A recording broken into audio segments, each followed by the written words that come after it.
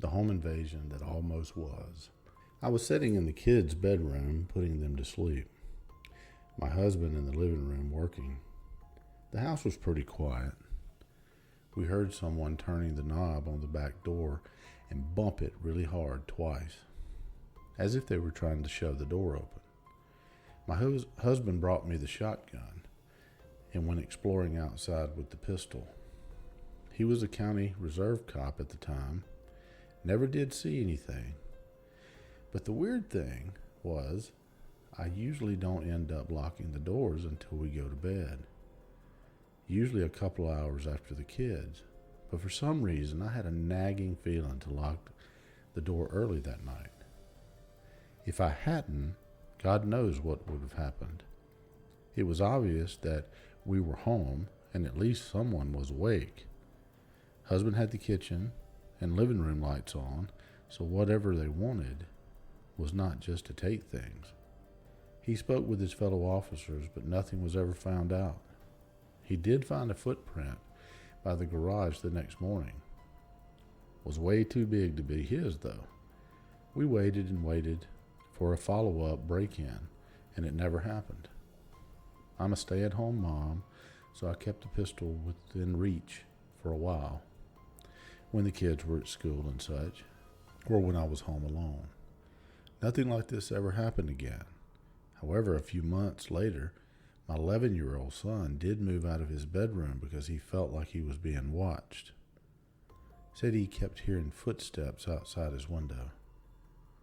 Before we moved in, his room was a back porch that previous owner had boxed in. The old concrete porch steps are still outside his room and lead to a big window that previous owners put in. I'm sure it could have been the neighbor's stray cat, but this was just a few months after the door incident. The sliding glass door.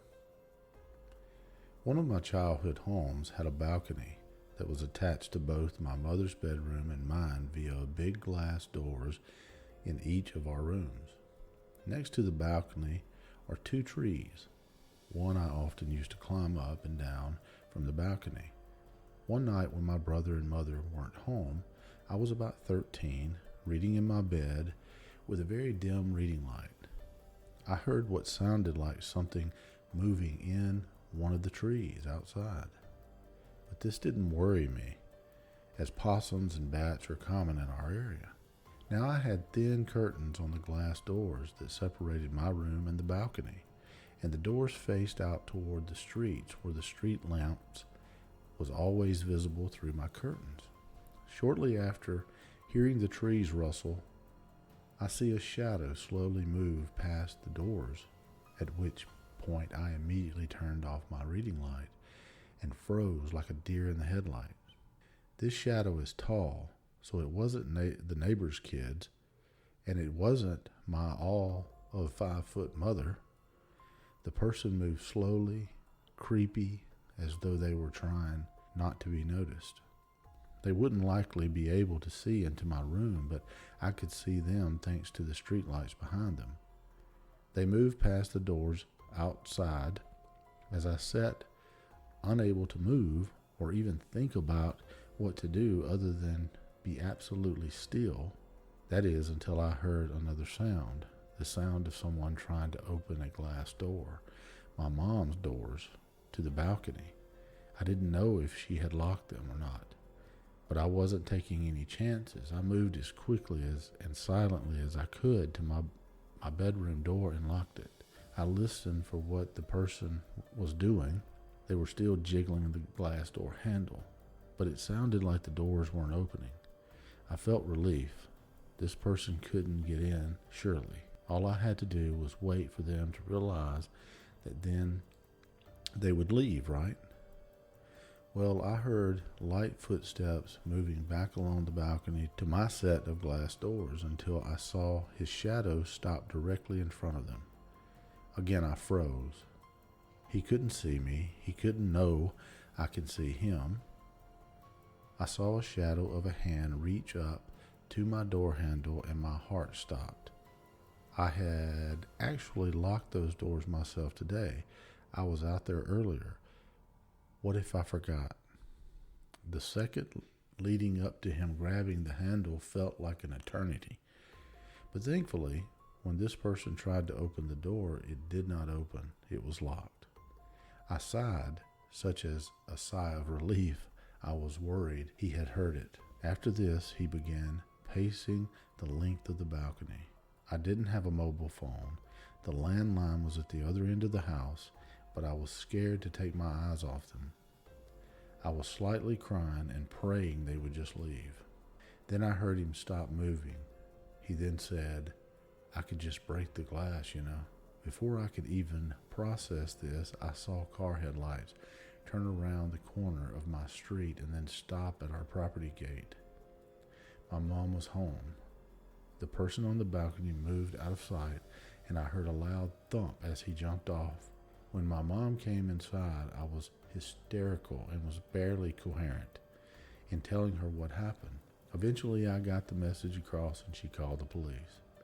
They never found or caught anyone, but a neighbor reported a truck in the street that matched the description of a truck that had been reported recently for attempted child abduction near my school a block away. I overheard a murder.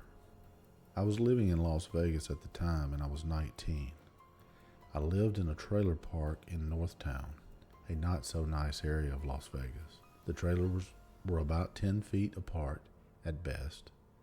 At about 11 p.m., I heard the sounds of bodies flopping on the ground from the trailer next door. It sounded like someone wrestling and fighting, but no yelling or loud voices. I then heard the screen door of the trailer open and a car speed off. I thought nothing of it and kept it to myself. My roommate was at work and wouldn't be home until morning. I went to bed. I woke up to a tapping on my front door. As I opened my eyes, I saw a police officer holding a shotgun leaned against my window. I woke up in a hurry and answered the door. The police officer told me I had to vacate the premises for my own safety. Apparently, the sounds I heard were from my neighbor who stabbed and killed someone in the trailer. The car driving away was the murder victim's friend who drove to Nellie Air Force Base for help. My neighbor kept the body in the house until the SWAT team showed up and extracted the man from his home via tear gas. This was just the beginning of crazy things that happened while out west. By far, one of the most memorable. Thanks, guys, for listening to the channel. If you haven't subscribed, please do so. Hit that notification bell. There'll be stories each week.